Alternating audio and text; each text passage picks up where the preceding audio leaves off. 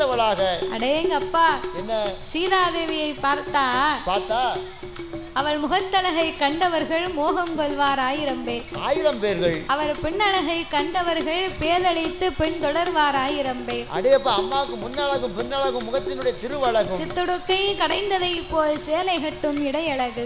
இடையழகு. இளம்பாலம் தண்டு போலவே கால் ரெண்டும் தன்னழகு. தன்னழகு. பாம்பின் படத்தை போலவே பாதத்தின் திருவழகு.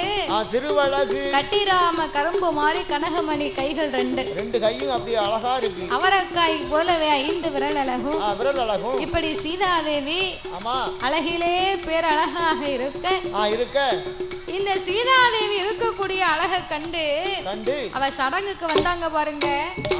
அத்தனை பேரும் சீதாதேவி எப்படியாவது மனம் முடிக்கணும்னு ஆசைப்படுதாங்க.